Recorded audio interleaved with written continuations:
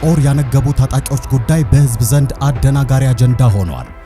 አሁን የአማራ ህዝብ የሉና አደጋን ኦዲት እናድርገው ከተባለ መቼ ነው የአማራ ህዝብ የሉና አደጋ የተጋረጠበት? ትላንትና ወይስ ዛሬ? እነሱ ትግል ከመጀመራቸው በፊት ወይስ እነሱ ትግል ከጀመሩ በኋላ? በእርግጥም በኢትዮጵያ ፖለቲካና የትጥቅ ትግል ከተሳከሩ ቆይተዋል። ለአንድም ለመጨረሻም ጠመንጃ ይዤ እነጋገራለሁ የሚባል ነገር የለም። ጠመንጃ ስትጀምር መነጋገር ያቆማል። ምን ይላል? ከዛ በኋላ አንተ ስታነሳ እኔ ዝም አልልም።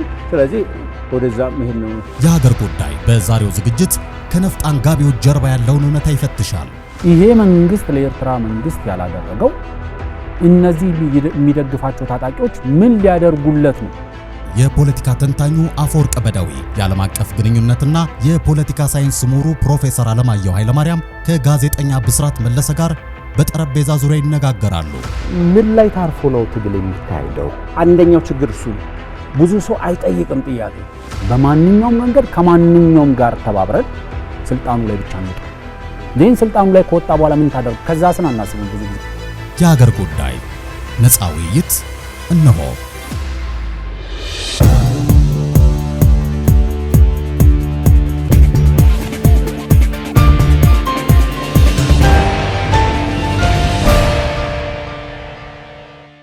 ጤና ይስጥልን የተወደዳችሁና የተከበራችሁ ተመልካቾቻችን፣ ዝግጅታችን ጀምሯል። የሀገር ጉዳይ ላይ ነው የምትገኙት።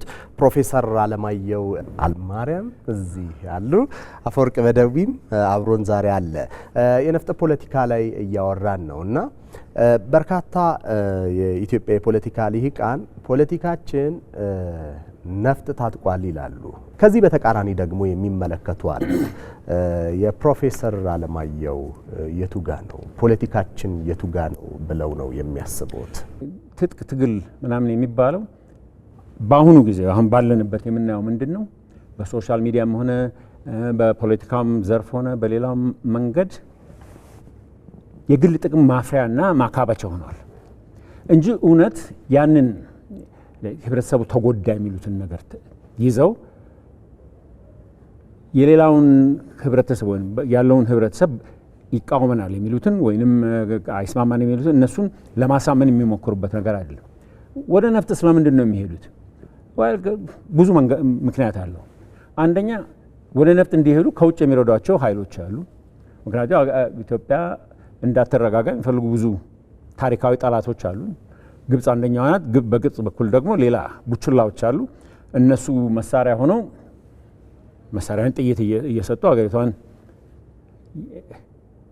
ነጻ ታወጣለ፣ ይሄንን ክልል ነጻ ታወጣለ ያንን እያሉ አገሪቷን ለመረበሽና መረጋጋት እንዳይኖርና ያው በድህነት እንድንቆይ ማድረግ ይፈልጋሉ።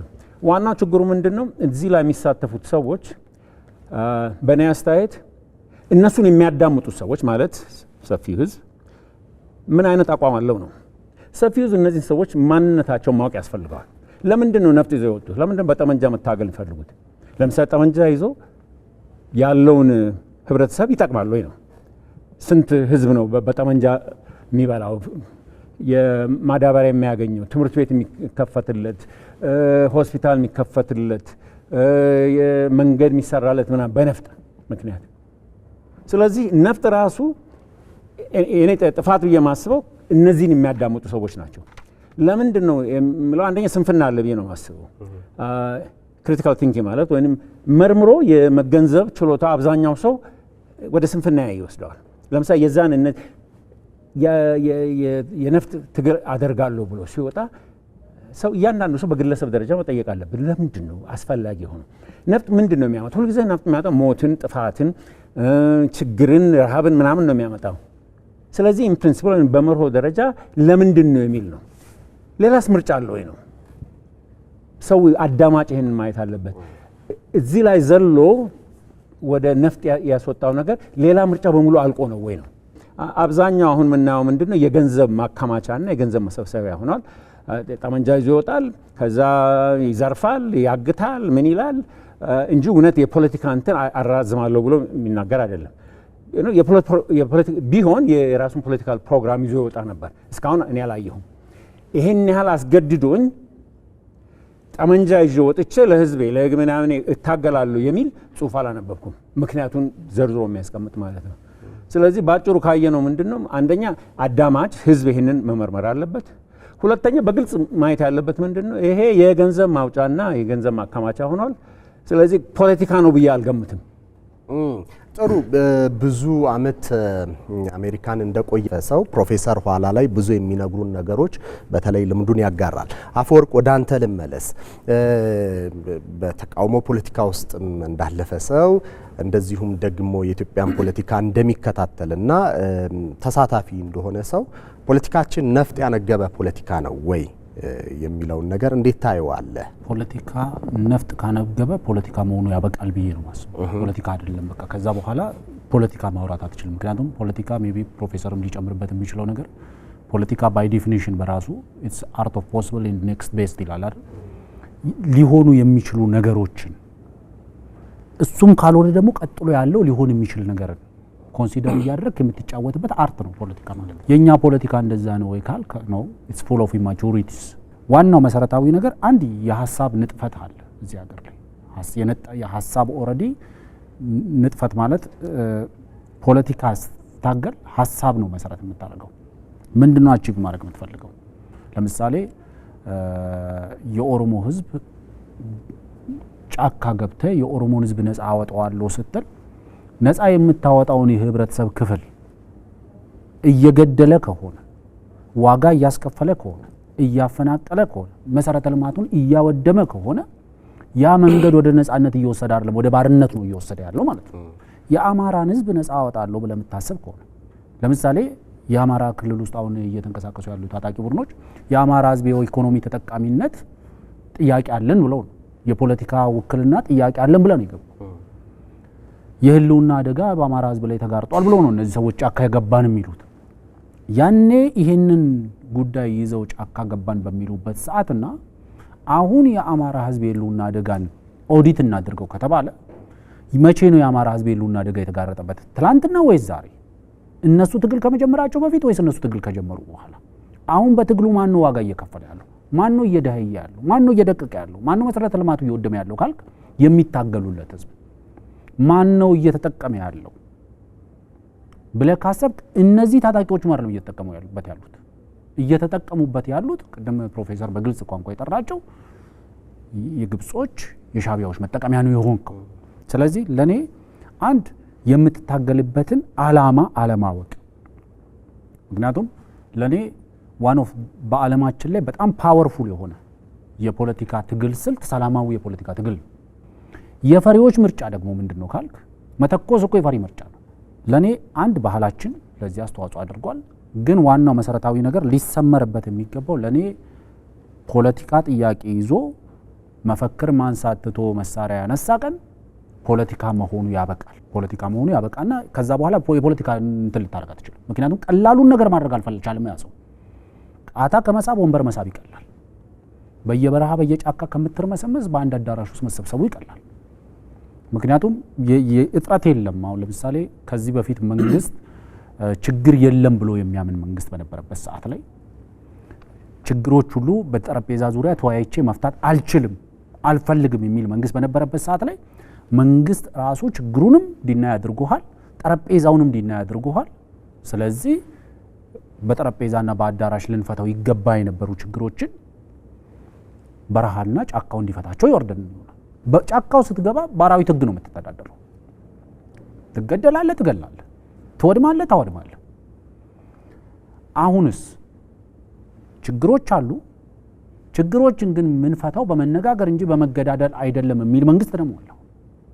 ችግሮቹንም እንዲና ያደርግህም ጠረጴዛውንም አይከለክልህም። ስለዚህ ቃታት ተሳብና ወንበር ሳብ ነው። ምክንያቱም ብገልህም ለኔ ኪሳራ ነው፣ ብትገለኝም ለኔ ኪሳራ ነው። ስለዚህ እኔኑ ነው ዋጋ የሚያስከፍለኝ። ምክንያቱም በዚህ ሀገር ውስጥ የምናደርጋቸው ጦርነቶች አብዛኞቹ መሳሪያ የመግዛት ጥይት የመግዛት ወጪውንም የሚያወጣው መንግስት ነው። እነዛ ጥይቶች እነዛ መሳሪያዎች ሄዶ ያረፉበትን መሰረተ ልማትም አደ ኢንድ ኦፍ ዘ ዴይ የሚጠግነው መንግስት ነው። ስለዚህ ለመንግስት መዋጋት አማራጭ አይደለም፣ አስገዳጅ ሁኔታ መሬት ላይ እስካልመጣ ድረስ እጅውን የሚጠመዝዝ ሁኔታ እስካልተፈጠረ ድረስ። ለዚህ ነው ለኔ የጠቅላይ ሚኒስትር ዶክተር አብይ አህመድ መንግስት ጦርነትን ለመሸሽ የሄደበትን ርቀት ለምሳሌ በህወሓት ጊዜ ላይ ካየህ ህወሓት የፌዴራል መንግስቱን ከሚገባው በላይ ወደ ጦርነት ለማስገባት የወሰዳቸውን ኢኒሼቲቮች ያቸው ብዙ ሙከራዎች ተደርገው ጠቅላይ ሚኒስትሩን ወደ ጦርነት ጎትቶ ማስገባት ሳይቻል ሲቀር ወደ ቀጥታ ጥቃት ስር ይገባ ነው የፌዴራል መንግስቱ ሪስፖንድ ያደረገው። ስለዚህ የፌዴራል መንግስቱ አሁንም ከዚህ በፊትም ባለፉት 7 ዓመታት ጦርነቶችን ለመሸሽ የሄደውን ርቀት ስታይ ለኔ ታጣቂ ቡድኖች የፌዴራል መንግስቱን እየጎተቱ ወደ ጦርነት ለማስገባት ያደረጓቸው ሙከራዎች ከበቂ በላይ ነበሩ። ግን ኢኒሼቲቭን አልወሰደም። መንግስትን ጎትቶ ወደ ጦርነት የማስገባት አላማው የሚታገሉለት ህዝብም አይደለም፣ የሚታገሉበት ድርጅትም አይደለም። ከውጪ ኢምፖዝድ የተደረገ አላማ ነው። ጥሩ አፈወርቅ፣ እሱ ጋር ብዙ ጊዜ አሁን ከዚህ ከጥቅም ጋር ይነሳል። ላይክ ፖለቲካው ኮሜርሻላይዝድ ሆኗል፣ ትግል ኮሜርሻላይዝድ ሆኗል የሚል ነገር በስፋት ይነሳል። ምን ማለት ነው? በዛ ውስጥ የሚሰራው ገንዘብ ከፍተኛ ስለሆነ ያንን ጥቅም ለማሳደድ የሚደረጉ ሩጫዎች በርክተዋል። እንደው ከልምድ በጎረቤት ሀገራት ኤርትራን ጨምረው ተጠለሉ ከነበሩ የፖለቲካ ፓርቲዎችም ልምድ በመነሳት ምን ይመስላል? ከጠረጴዛው ስር ብዙ ገንዘብ እንደሚተላለፍ እናውቃለን። ይህን የምናውቀው ምንድን ነው? በተለይ ለምሳሌ የግብጽ መሪ የሚባሉት በመካከለኛ ሚድ ሌቭል ያሉትም የሚናገሩት ነገር አለ። ኢትዮጵያን በጦርነት አናሸንፋትም፣ 2500 ማይልስ ወይም ረጅም ኪሎ ሜትር ነው ያለችው፣ መሳሪያም ልከን ማሸነፋችንም። ስለዚህ ውስጥ አበጣብጠን ያለውን ቅራኔ ከፍ በማድረግና በማናከስ በማባላት ህዝቡን አዳክመን ልናሸንፋት እንችላለን የሚል አቋም ነው ያላቸው። አቋም ግልጽ ነው። ይሄ በፖለቲካቸውና በሚዲያቸው የሚያስተላልፉት ነገር ነው። ስለዚህ ያንን ለማድረግ ብዙ ገንዘብ ያወጣሉ ማለት ነው። ስለዚህ ያንን የሚካድ ሀቅ አይደለም። ግን አሁን ምን ያህል ገንዘብ ነው የሚሰበስቡት የሚሉት ተባራሪ እኮ ናቸው አብዛኛዎቹ። አሁን በዩቱብ በሚዲያ ምናምን በተለይ አሜሪካ ምናምን ያሉ ይባረሩ አሉ። ገንዘብ ይሰበስባሉ። በጎፈንሚ በምናምን ይሰበሰባል፣ ይላካል ይባላል። የብላክ ማርኬት አለ፣ በዛ የተለወሰ ምናምን ይመጣል። እሱንም አሁን መንግስት ጥብቅ የሆነ አቋም ወስዷል። ምናልባት እሱን ይገተዋል። ምክንያቱም ቴሮሪዝምን እየደገፉ ነው፣ አሸባሪነትን እየደገፉ ስለሆነ በዓለም አቀፍ ሕግም በኢትዮጵያም ሕግ አይፈቀድም። ይሄ ከውጭ ገንዘብ እየመጣ አገር ውስጥ ማበጣበጥ ማጋደል ምናምን አይቻልም። የኢትዮጵያን ፌዴራል ፖሊስም ሆነ ከኤፍቢአይም ከኢንተርፖልም ከዛ ሁሉ ይሄ ትኩረት የተሰጠው ነገር ነው። ምክንያቱም በዓለም ላይ ያለ ችግር ስለሆነ ያንን ለመቀነስ ይቻላል።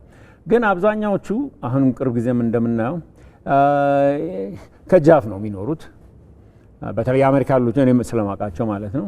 ግደለው አውጣ ምናምን ይላሉ። ችግሩ ምንድን ነው? ተመልሼ መምጣት ፈልገው ነው። አድማጩ ነው። በተለይ ወጣቱ ይህንን ዩቱብ ምናምን ቲክቶክ ምናምን ይከፍታል። የሚሰማው ይህንን ነው። ያንን ከመደጋገም የተነሳ ውሸቱ እንደ እውነቱ ነው ይቀበላል። ለምንድን ነው እነዚህን ሰዎች የምናዳምጣቸው የሚል ነው። ወጣቱ የኔ አይነቱ ምሁር ለምሳሌ እንውሰድ፣ ምንም የምንናገረው የለም አልፎ አልፎ እንደዚህ ካልወጣን በስተቀር እነዚህ ምህዳሩን የፖለቲካውንና የሚዲያውን ምህዳሩ የያዙትን ሰዎች የሚሞግታቸው የለም በየቀኑ በመንግስት ደረጃም ሆነ በግለሰቡም ደረጃ ሆነ በምሁራን ደረጃ ሆነ ይሄ የሚወራው ውሸት ነው ብሎ ካውንተር ቬይሊንግ ወይም ያንን የሚቃረን ሀሳብ አናቀርብ። እነሱ ግን 24 ሰዓት ይሄንን ነው ሲጠወጡ የሚሉት። አብዛኛው ሰው እሱን ነው የሚሰማው። ውሸት 100 ጊዜ ከተደጋገመ እንደ እውነት ሆኖ ነው የሚቀርበው። ስለዚህ የሚያወሩትን በሙሉ ወደ እውነት የሚቀየር ይመስላቸዋል። ኦልሬዲ አብዛኛው ደግሞ ሰፋ ያለም እውቀትም የለውም ተለምዶም የለውም። ስለዚህ ያችን በቀጭን የምትመጣለትን ኦልሬዲ ያለው በልብ ውስጥ ያለው ከሲያድግ ከህብረተሰቡ ጋር ሲገናኝ ምን ሲል ያለውን አብዛኛ ጥላቻ ነው። የጥላቻ ፖለቲካ ነው ይሄ። ምክንያቱም ግሪቨንስ ፖለቲክስ የሚባለው ወደ ትራንዛክሽናል ፖለቲክስ ይቀየራል። ትራንዛክሽናል ማለት ግሪቨንሱ ወይንም ተጎዳ፣ ህዝቡ ተጎዳ፣ ተጨቆነ ምናምን የሚለውን ወደ ትራንዛክሽን ወደ ገንዘብ ይለወጣል ማለት ነው። ይሄንን ገንዘብ ብትሰጡኝ ነፃ አወጣለሁ፣ ገንዘብ ብትሰጡኝ እናደርጋለሁ ምናምን። ስለዚህ እነሱ የራሳቸውን ኑሮ ማከማቻና የራሳቸውን ኑሮ ከፍ ማድረጊያ ያደርጋሉ።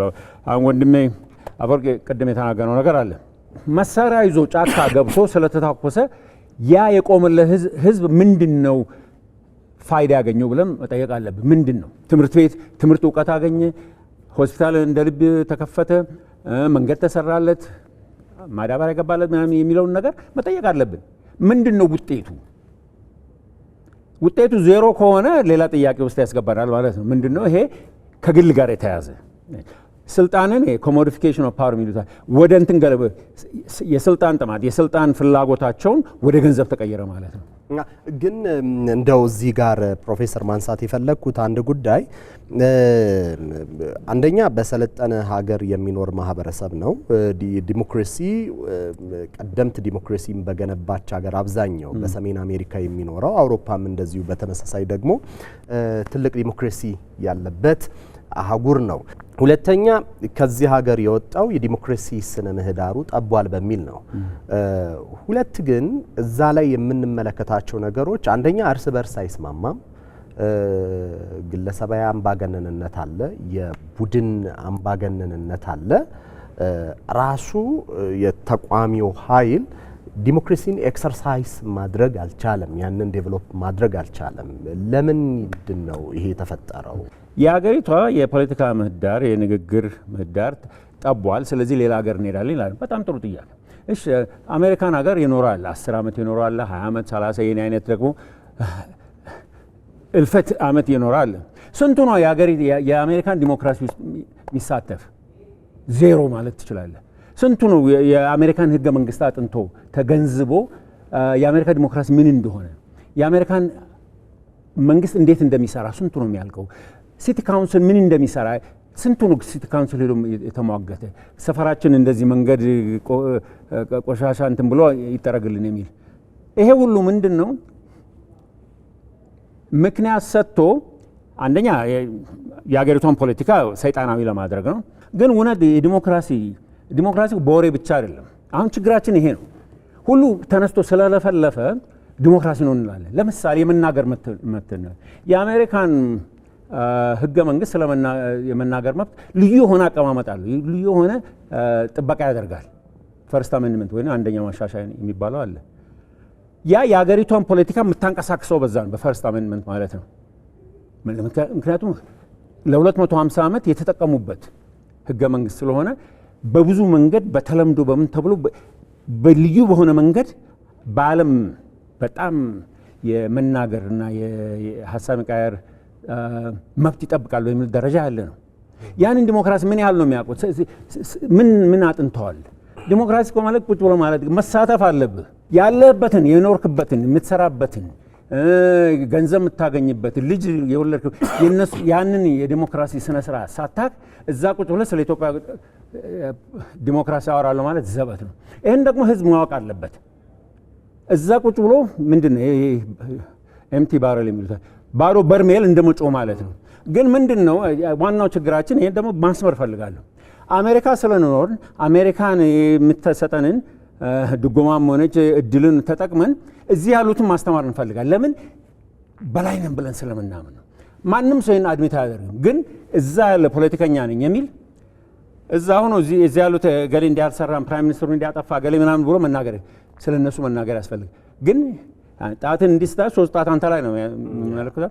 ምን እያደረግክ ነው አንተ እዛው ስላለህበት ሀገር? ያንን ተለምዶ ወደ ኢትዮጵያ እንዴት አድርገህ ነው የምታመጣው ነው? በምንድን ነው የምታስተምራቸው ነው?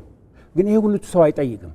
ሰው መጠየቅ ህዝብ፣ በተለይ አገሪቷ ውስጥ የሚኖር ህዝብ መጠየቅ ያለበት ምንድን ነው? እነዚህ ሰዎች ይህንን ፖለቲካ በሚያወሩበት ጊዜ ባሉበት ሀገር ውስጥ ምን አይነት የዲሞክራሲ ተሳትፎ አድርገዋል ነው? ካላደረጉ ባዶ በርሜል ማለት ነው። ዝም ብሎ ነው እንጂ የሚጮሁት። ከአሜሪካ ሆኜ እኔ ስለተናገርኩ የበለጠ ተሰሚነት ይኖረኛል ብዬ አልገምትም። ምንድን ነው ይዤ የምመጣው? ምን አይነት ገንቢ ዲሞክራሲ ከአሜሪካ የተማርኩትን አምጥቼ ለኢትዮጵያ ለግሳለሁ ነው ጥያቄው። እዛ ቁጭ ብለህ ግደለው እንዲበል ዘሩ እንዲያው የሚባል ነገር ሊኖር አይችልም። እኔ ሁልጊዜ ማተኩረው ይሄንን ማስመር ፈልጋለሁ። አድማጭ መጠየቅ አለበት ሁልጊዜ። አንድ ሰው ከዛ ሆኖ ሲናገር ዩቲዩብ ላይ ሲናገር፣ ቲክቶክ ላይ ሲናገር ማን ነው ይሄ ሰውዬ? ምንድነው ባክግራውንዱ? ከኋላው ምን ላይ ተመስርቶ ነው? ምን ማስረጃ ይዞ ነው የቀረበው? ታማኝ ነው ወይ? ካሁን በፊት ዋሽቷል ወይ? የጠለቀ ሀሳብ ነው ወይ? ማስረጃ ላይ ተደገፈ ኤቪደንስ ቤዝ ነው፣ ማስረጃ ላይ የተደገፈ መረጃ ነው የማገኘው። ዝም ብሎ መቀበል ግን አንደኛው ችግር እሱ ነው። ብዙ ሰው አይጠይቅም ጥያቄ። የሚሰማውን የሚያዳምጠው በዚህ ገባና ኢንተርናላይዝ ወይም ውስጥ ያስገባውና ይደመድምበታል። መጨረሻ ላይ ምንድነው የሚሆነው? የነዛ ሚረር ኢሜጅ ይሆናል ማለት ነው የሚሰማውን እንደገና ማስተጋባት፣ ያ ደግሞ በህብረተሰቡ ያስፋፋል ማለት ነው። ስለዚህ ማስመር ፈልጎ ማንም ኢትዮጵያዊ ዩቲዩብ በለው ቲክቶክ ላይ የሚሰማውን መጠየቅ ማን ነው ይሄን ያወጣው? ለምንድን ነው ያወጣው? ምን ማስረጃው ምንድን ነው? ገንቢ ነው ወይ ጥፋት ላይ ነው ወይ ያለው? እነዚህን ጥያቄዎች ስናነሳ እና እነዚህ ሰዎች የሚያወሩት ጮርቃ አይደል ባዶ መሆናቸው እናያለን። ከባዶ ሰው ጋር መስማትም መነጋገርም አያስፈልግም። ጥሩ አፈወርቅ፣ ወደ አንተስ ስመጣ የተቃዋሚው ጎራ አንደኛ ለሰብአዊ መብት ትግል እንደዚሁም ደግሞ ለዲሞክራሲ ጩኸቱም ትግሉም መሰረት ያደረገው እነዚህ ላይ ነው ማለት የኮመን ዲኖሚኔተር አድርገው ወይም የጋራ ታህታዩ እዚህ ላይ በመቆም የሚደረግ ትግል ነው። እኔ ከልምዴ ከኤክስፒሪየንስ የተመለከትኳቸው ይሄ ራሱ የተቃዋሚው ኃይል ለዲሞክራሲ ይታገላለሁ ብሎ ሌላ ተቃዋሚውን አካል በራሱ መንግስትን አይደለም የሌላ የተቃዋሚን አካል ሰብአዊ መብት የሚደፈጥጥ ሆኖ እናየዋለን። እንደው ከኤክስፒሪየንስ እንድታወራኝ ነው። በተቃውሞ ፖለቲካ ውስጥ እንዳለፈ ሰው ያንን ኤክስፒሪየንስ እንዳደረገ ሰው ምንድነው የታዘብከው? ከነዚህ ከሁለት መሰረታዊ ጉዳዮች አንጻር ምንድነው ያጣው የኛ ሀገር የተቃውሞ ፖለቲካ? ለኔ ከመሰረቱ የተላቀቀ ፖለቲካ ነው ያለን። ከመሰረቱ ማለት የትኛውም ፖለቲካ የህዝብን ማህበራዊ ፖለቲካዊና ኢኮኖሚያዊ ተጠቃሚነት ማረጋገጥ የትኛውም ፖለቲካ መሰረቱ እሱ። ከዛ በኋላ እንዴት የሚለው ላይ እንለያያለን። እንዴት ነው ህዝብ ተጠቃሚ የሚሆነው እንዴት ነው የሚለው ላይ እንለያያለን። ስልጣን ላይ ወጣው ነው ወደ ስልጣን ያወጣው ወደ ሀገር የሚገባው ነው ወደ ሀገር ያስገባው የህዝብ ትግል ነበር። ያ ህዝብ ወደ ሀገር ውስጥ ያስገባቸው ኃይሎች ተመልሶ ያንን ህዝብ ነው መግደል የጀመሩት። ያንኑ ህዝብ ምክንያቱም ለኔ አንዳንድ የሚያሳዝነኝ ማለት በጦር ሜዳ ላይ ተሰማርተህ ሊገልህ የመጣን ታጣቂ ደር መገዳደል ሜቢ በጦርነት ህግ ትክክል ሊሆን ይችላል። ማዳበሪያ ጭኖ የሚሄድን ነዳጅ ጭኖ የሚሄድን መድኃኒት ጭኖ የሚሄድን ወይም ደግሞ እነዚህን ኮንቮይ የሚያጅበውን መግደል በጠላትነት የፈረጅከው ማንን ነው እያልክ እየተናገርክ ነው ከተባለ ህዝብን ነው። ምክንያቱም ማዳበሪያው ለገበሬው የሚሄድ ማዳበሪያ ነው። መድኃኒቱ ለህዝብ የሚሄድ መድኃኒት ነው። ስለዚህ አንዳንዴ እንደ ጠላት የፈረጅ ነው ህዝብን ነው።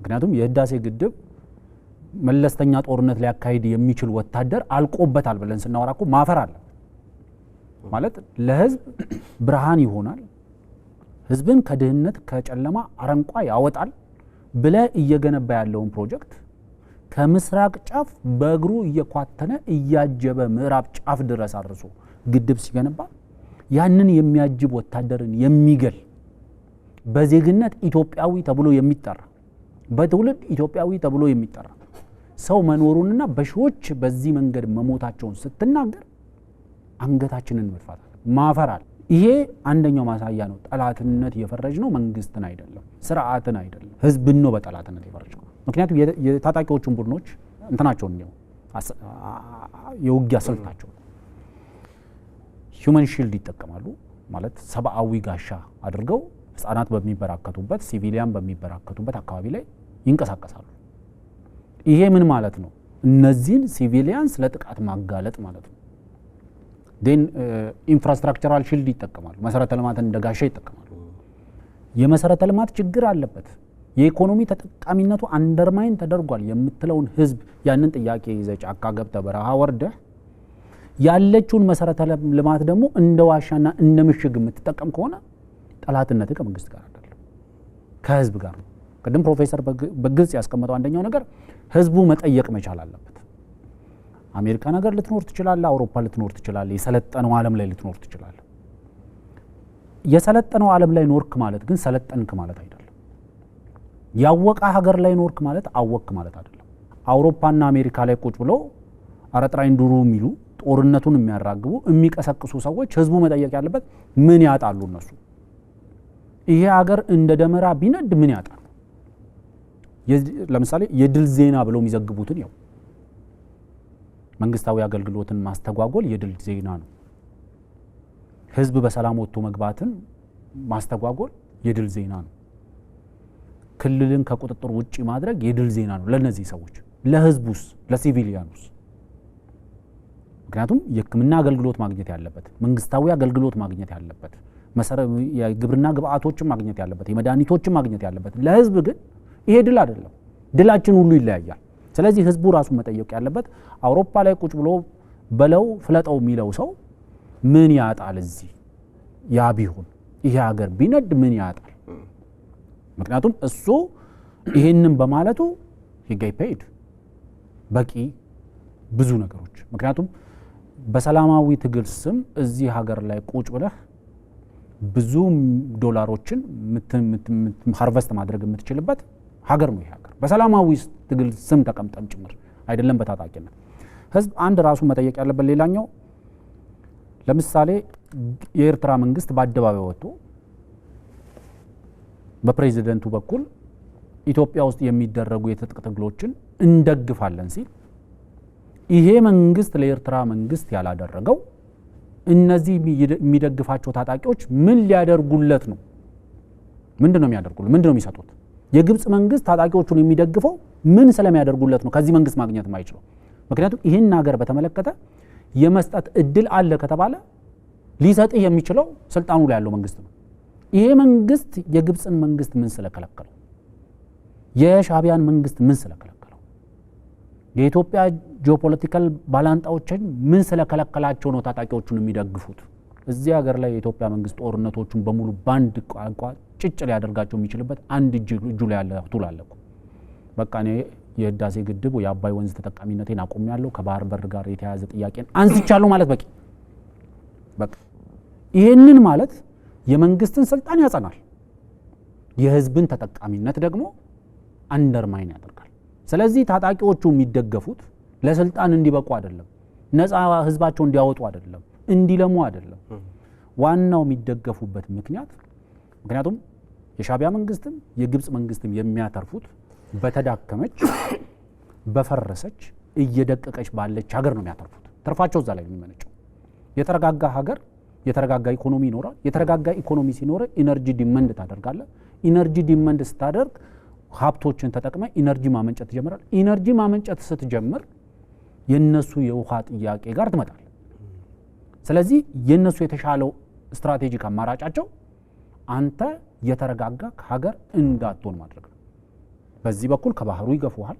ምክንያቱም ባህሩንም ካገኘ የኢኮኖሚ ተጠቃሚነትን ስለምታረጋግጥ፣ በዚህ በኩል ከወንዙ ተጠቃሚነት ነው ዴን በእርግጠኝነት ማረጋገጥ የሚችሉት ኢትዮጵያ ውስጥ ትርምስ ካለ ወንዛችን በደማችን እየቀጠነም ቢሆን በአፈራችን እየወፈረም ቢሆን ግንዳችንን እያከባለለ ሰስተነብል ሆኖ ለሚሊዮን ዓመታት እንደፈሰሰው ይፈሳል ማለት ነው። ይሄን ነው ማረጋገጥ የሚፈልጉት። ይሄንን ማረጋገጫ ነው እየሰጡ ያሉት። አሁን ታጣቂዎቹን ለግብጽም ለሻዕቢያ መንግስትም እየሰጡ ያለው ዋስትና መተማመኛ በአደባባይ እኮ ተወጥቶ ነው የሚባለው እኮ የኢትዮጵያ መንግስት የባህር በር ጥያቄውን ማሳካት የማይችልበት ደረጃ ላይ አድርሰነዋል እኮ ነው።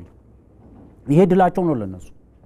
ለኔ አሁን ለምሳሌ እንደ አንድ ወጣት ይሄ ሀገር ስቴብላይዝ ሆኖ በተማርንበት ዘርፍ ሀገራችንን ቤተሰባችንን ብለን የምታስበው ነገር አለ። ጫካ ላለውስ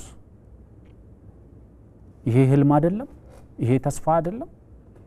ስለዚህ እኔ እስከሚገባኝ ድረስ የኛ ሀገር ፖለቲካ የጦር መሳሪያ ፖለቲካ የሆነበት ምክንያት ፍሮም ዘ ቤዚክ ፖለቲካል ፕሪንሲፕል የተላቀቅንበት ምክንያት አንድና አንድ ታርጌት የምናደርገው ስልጣኑንና ስልጣኑን ብቻ ነው።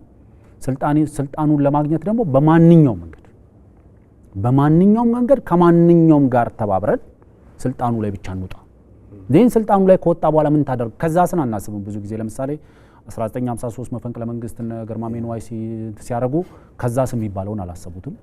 1981 ላይ መተን መር ንጉሴ መፈንቅለ መንግስት ሲሞክሩ ከዛ ስም የሚባለው የለም። 97 ላይ ቅንጅትንም ከዛ ስም የሚባል ነገር የለም። ከዛ ሳናስብም በቃ የሆነ ቦታ ጋር ታርጌታችን ስልጣኑ ጋር እንምጣ። በቃ ከዛስ ምን ልታደርገው? ምክንያቱም ሀብትህን ተጠቅመ የመልማት ህልውናን አሳልፈ ሰጠህ፣ እሱን ሸጠህ። የባህር በር ጥያቄን አሳልፈ ሰጠህ፣ እሱን ሸጠህ። ወደ ስልጣን ብትመጣስ ምን ልትፈይድ? ምክንያቱም የዚህ ሀገር የመልማት ጸጋ ያለው ሀብቱን በመጠቀም ላይ ነው። የዚህ ሀገር የመልማት ወይም ደግሞ ሉዓላዊነታችን ያለው ባህር በሩ ላይ በመምጣት ነው። ይሄንን ሁሉ አሳልፈ ከሰጠ በኋላ ለኔ ደጋግሜ እንደምለው ለዶሮ በሽታ ሁሉ በሬ እያረድን ልንቀጥል አንችልም። ምክንያቱም ኢኮኖሚካሊ ይሄ ኤክስፔንሲቭ ኤክስፐሪመንት ነው ብሎ አንዳንዴ መተው መቻል አለበት ብዬ ነው ማለት ነው። ጥሩ ፖይንቶች ናቸው። እንደው ልምድህንም ፕሮፌሰር የሚጠይቁ ጥያቄዎችን ነው ለማንሳት የምወደው። ለመስዋዕትነት የሚቀርበው ቴሪቶሪያል ኢንቴግሪቲ ወይም ደግሞ የግዛት አንድነት ጥያቄዎች መስዋዕት ተደርገው ይቀርባሉ። ለወንበሩ ሲባል የግዛት አንድነት ጥያቄ መስዋዕት ይሆናሉ።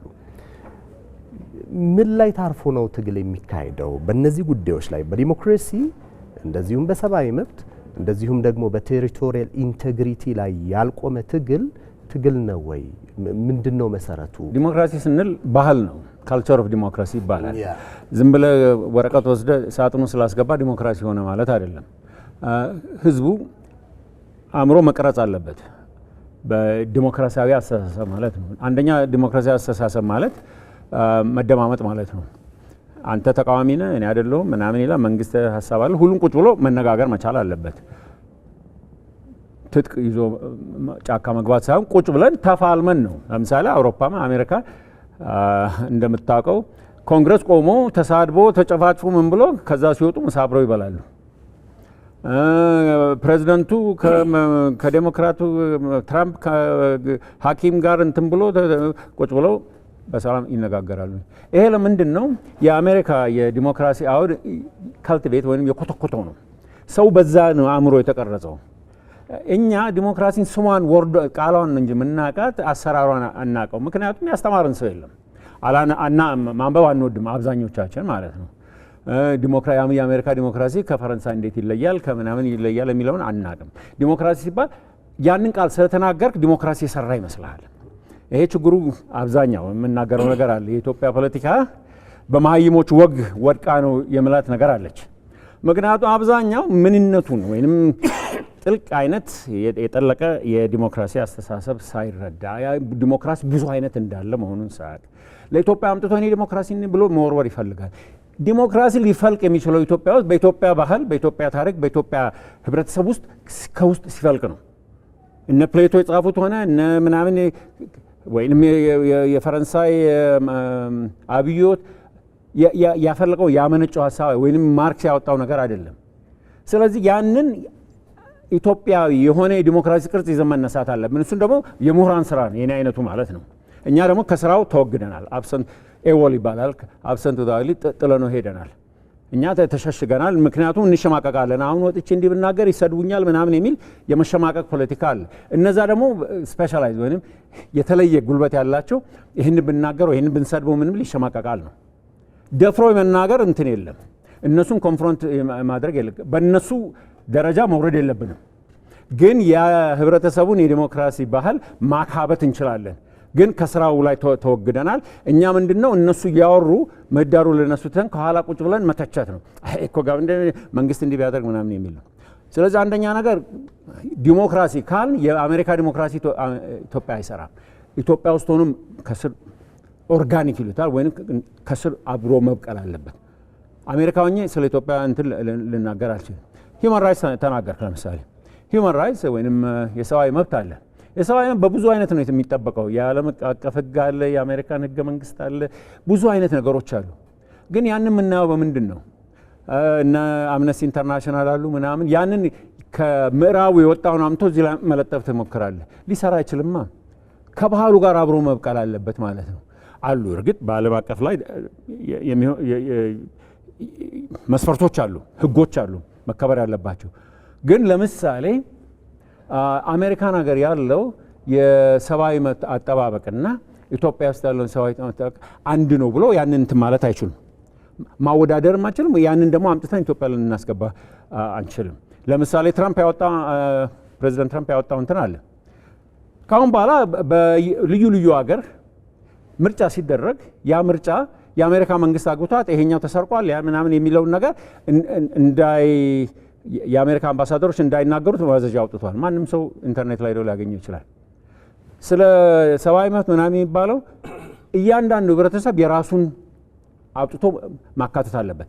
ያው ፈር ሲቀድ የግዴታ በዓለም አቀፍ ሕግ ተጠያቂ ሊሆን ይችላል። ሁለተኛ እሱ ነው፣ ኢንዲጂነስ የሆነ ነገር መውጣት አለበት። አለዛ ሊሰራ አይችልማ።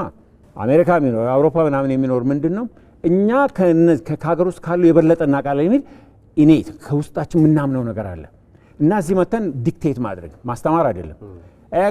ከኢትዮጵያ እንደዚህ መንግስት እኮ ይሄን አልሰራም ምናምን ይላል። ካልሰራ እስቲ ያሳየና እንዴት እንደሚሰራ። ዲሞክራሲያዊ ካልሆነ ዲሞክራሲያዊ እንኳን አለመሆኑ የምታሳየው እዚህ ትመጣለህ፣ ዜግነትን ትቀይራለህ፣ ፖለቲካ ውስጥ ትሳተፋለህ፣ ፓርቲ ትፈጥርና ትሞግታለህ መንግስትን። ዲሞክራሲ ማለት ይሄ ነው። ጥይት አተኩስ ምን አትልም፣ በሀሳብ ግን መንግስትን ታሸንፋለህ። የተሻለ ፖሊሲ በማውጣት መንግስትን ታሸንፋለህ።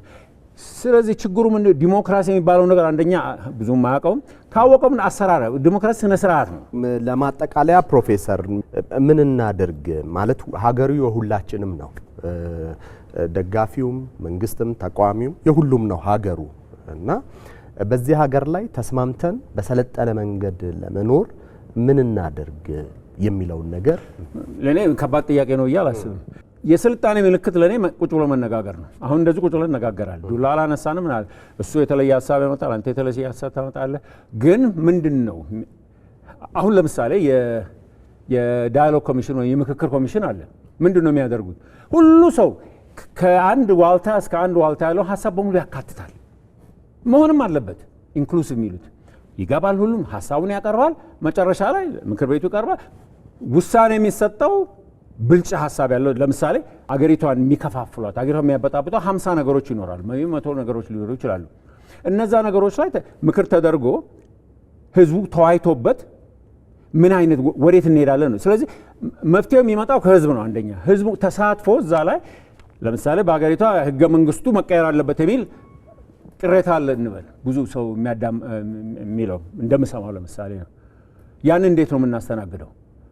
ቁጭ ብላ አዲስ መጽሐፍ ሊኖርብን ያስፈልጋል። አዲስ ህገ መንግስት ያንን ነገር የሚያስተካክሉ ነገሮች ማለት ነው። ይሄንን ግን የሚወስነው ፕሮስፔሪቲ ፓርቲ አይደለም፣ ምንድነው ምክር ቤቱ አይደለም፣ በህዝብ ላይ ተዋይቶበት ህዝቡ ይሄን ነገር መደረግ አለበት የሚል ነው። ያን እንዴት ነው የምናደርገው ነው። ይወጣል ነፃ በሆነ መንገድ ሰው በአካባቢም በመንደሩም በምኑ ይሳተፋል፣ ሀሳቡን ይሰጣል። ከዛ በኋላ ያ የተካተተው ደግሞ ስነ ስርዓት በሞላው መንገድ የሰለጠነ መንገድ የምትለው ስነ ስርዓት ተከትለን እናደርጋለን። አሁኑ ስነ ስርዓት ምንድነው? ኮሚሽን አለ። ያ ኮሚሽን ሀሳቦች ሁሉን ያካትታል። ምን ይላል? ከዛ አንጥሮ ያወጣል። ያ እዛ ለምክር ቤቱ ያቀርባል። እንደዚህ እያለ ስነ ስርዓቱን ተከትሎ ይሄዳል። እኔ ዛሬ አልተሰማሁም ብዬ ወደ ነፍጥ መሄድ አልችልም። ምክንያቱም ነገ ላሸነፍ እችላለሁ። ዲሞክራሲ ማለት ዛሬ ልታሸነፍ ትችላለህ፣ ነገ ልትሸነፍ ትችላለህ። ምክንያቱም እንትኑ የፖለቲካል ኮአሊሽን ሊቀያየር ይችላል ማለት ሀሳብ ሊቀያየር ይችላል። ግን ነፃ በሆነ መንገድ መነጋገር እንችላለን ማለት ግን ለአንድም ለመጨረሻም ጠመንጃ ይዤ እነጋገራለሁ የሚባል ነገር የለም። ጠመንጃ ስትጀምር መነጋገር ያቆማል። ምን ይላል? ከዛ በኋላ አንተ ስታነሳ እኔ ዝም አልልም። ስለዚህ ወደዛ መሄድ ነው። ስለዚህ ዲሞክራሲ ዋና ቁልፉ ምንድነው? ቁጭ ብሎ መነጋገርና ሀሳብ መቀያየር ነው። ሌላ ምንም ሚስጥር የለውም። በኃይል በጠመንጃ በነፍጥ የሚሉ ቋንቋዎች መንግስት ወደሚችለው ቦታ ላይ ውጊያ ማድረግ ነው፣ ወይም ደግሞ መንግስት በደንብ ጉልበት ባለው ስፍራና ቦታ ላይ እሱ ቦታ ላይ መተህ የመዋጋት እና እሱን ለማሸነፍ የምታደርገው ጥረት ነው ብለው ሰዎች ይናገራሉ። በሱ ቦታ ላይ ደግሞ ስትታገል አሸናፊነቱን የሚወስደው መንግስት ነው። ትልቁን የጦር መሳሪያ የታጠቀው መንግስት ስለሆነ ሪሶርሱም ፓወሩ ኤቭሪቲንግ ባንኩንም ታንኩንም የተቆጣጠረው እሱ ስለሆነ፣ ነገር ግን በሀሳብ ገበያው ላይ መንግስትን የማሸነፍ እድል ሰፊ ነው ይባላል። እንዴት ትመለከተዋለህ? አንደኛው ነገር ምን እናድርግ የሚለው ላይ ከመምጣታችን በፊት የኛ ፖለቲካል አንደርስታንዲንግ ዲሞክራሲን እንዴት ነው አንደርስታንድ የምናደርገው ነው። ዲሞክራሲ ስንል ይሄንን መንግስት ማንኛውም ዜጋ የመደገፍ ግዴታ ይጥልበታል። ማንኛውም የተመረጠን መንግስት ለምሳሌ አንድ መንግስት መንግስቴ ነው ለማለት አንተ መምረጥ አይጠበቅብህም። ብዙሃኑ ከመረጠው ያንተ መንግስት ነው ያ መንግስት። ስለዚህ ያ መንግስት የሚሰራውን ስራ አለማደናቀፍ ግዴታ ይወድቅብሃል። መደገፍ የሚባለው እሱን እኮ ነው፣ አለማደናቀፍ። በተሰጠው የጊዜ ገደብ ውስጥ ያንተም የመረጠውም ያልመረጠውም መንግስት ነው። ምክንያቱም ማጆሪቲው ስለሚመርጥ ነው። ለምሳሌ ብዙ ነፃነት ያለባቸው ሀገሮች ላይ ሂድና ለምንድን ነው ያንን ነፃነት የሰጡት? መስተዋት የመስበር ነፃነት የሰጠ ለምንድን ነው? ድንጋይ የመስበር መውረድ ነፃነት የሚሰጠ ለምንድን ነው? ኢኮኖሚው የሰበርከውን መስታወት መጠገን የሚችል ኢኮኖሚ ስታብሊሽ ካደረጉ በኋላ ነው ያንን ነጻነት የሚሰጡ። እኛ እያንዳንዱን ነገር ለምንን ተበድረን የምናመጣው ነው። ስለዚህ ነጻነትን ስትሰጥ ዊዝ ሊሚቴሽን ነው የምትሰጠው። ዲሞክራሲን ስታመጣ ዊዝ ሊሚቴሽን ነው የምታመጣው። ብዙ ዲፌክቶች ያሉበት ሀገር ነው። ሆም ግሮውን የሆነ መነሻ ያለው የዲሞክራሲ ጽንሰ ሐሳብ የነጻነት ጽንሰ ሐሳብ ያስፈልገናል። ለምሳሌ እንደ አንድ ቦትስዋና አካባቢ የሚወራ እንትን አለ አይደል? አንድ ቪሌጅ ውስጥ ይሄዱና እነዚህ ልጆች ይጠይቃሉ የቪሌጁ ችግር ምንድን ነው? ከዛ የሀገር ሽማግሌዎቹ ወንዶቹ ተሰበሰቡና አይ ሴቶቻችን ውሃ ለመቅዳት በጣም ረጅም ርቀት ይሄዳሉ፣ ስለዚህ በጣም ከፍተኛ እንግልት ውስጥ የወደቁ ሴቶቹ ናቸው፣ ስለዚህ እንደው በአካባቢያችን የውሃ ጉድጓድ ብታወጡ ይሉና ኦኬ በጣም ጥሩ ይሉና ያንን የውሃ ጉድጓድ ያወጡላቸዋል። የተወሰነች ጊዜ ከሰራ በኋላ ያንን የውሃ ጉድጓድ ይበላሻል። ይህን ጠየቁ፣ ማን ነው ያበላሸው ይህን የውሃ ጉድጓድ? ሲጠይቋቸው ብዙዎቹ ሲጠይቁ ከሌኖ እንደዚህ ነው የጥራት ጉድለት ነው ምናምን ብሎ ሁሉም የራሱን ኮምፕሌንስ ኤንድ አሰምሽንስ አቀረቡ። አደይንድ ግን ያበላሹት ሴቶቹ ናቸው። ሴቶቹ ያ መንገድ የረፍት ጊዜያቸው ነው፣ የመነጋገሪያ ጊዜያቸው ነው፣ የመወያያ ጊዜያቸው ነው።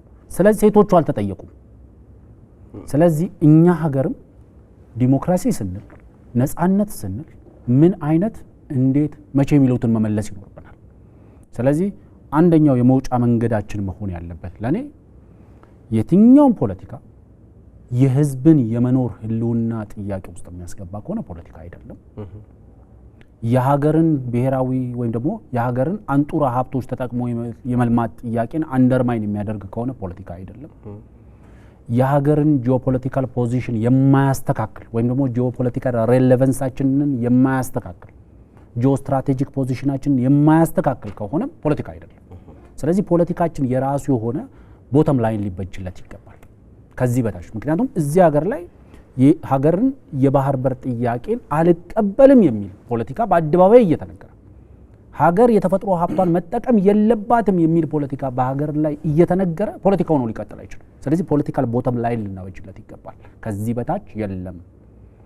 ለምሳሌ ሀገሪቷን ሉዓላዊነት፣ የሀገሪቷን የግዛት አንድነት፣ የህዝብን ደህንነት አንደርማይን የሚያደርግ ፖለቲካ በወንጀልነትም ዲክሌር መደረግ አለበት።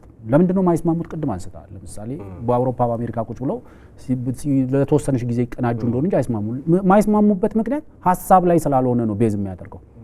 የፈለከው ጠርዝ ሀሳብ ይዘህ ብትመጣ ምን ያህል ጊዜ ጠረጴዛው ዙሪያ ምን ያህል ጊዜ ወንበሩ ላይ እናባክናለን ነው እንጂ እንስማማለን እኮ ሀሳብ ከሆነ የፈለከው ጠርዝ ላይ በቃ በይሙትና በይኑር መካከል ባለ ጠርዝ ላይ እንኳን ሆነ በይፍረስና በይቀጥል መካከል በፌዴራሊዝምና በአህዳዊ መንግስት መካከል ያለ ልዩነትን ይዘህ ጠረጴዛ ዙሪያ ላይ መቀመጥ እስከፈቀድክ ድረስ ለኔ መስማማት የሆነ ሚድል ግራውንድ ማግኘት ይቻላል። ግን ሀሳብ ላይ መሰረት ያደረገ ስላልሆነ የዕለት ጉርሴን ሱቅ በደረቴ ስለሆነ ፖለቲካችን የዕለት ጉርሳቸውን አሰ ዌይ ኦፍ ላይፍ እየተጠቀሙበት ስለሆነ ለኔ ፖለቲካችንን የማስተካከያ ብቸኛው መንገድ ወደ ጠረጴዛው መሰብሰብ ነው። ከጦር ሜዳ ከጦር ከበረሃ ከጫካ ወደ አዳራሽ መሰብሰብ የተሻለ ነው ብዬ ማስብ። እንግዶቼ እጅግ በጣም አድርጌ አመሰግናለሁ። የተወደዳችሁና የተከበራችሁ ተመልካቾቻችን የዛሬ ዝግጅታችን ይህን ይመስል ነበር። አብራችሁን ስለቆያችሁ እጅግ በጣም አድርጌ አመሰግናለሁ። በያላችሁበት ሰናይ ጊዜ ይሁንላችሁ።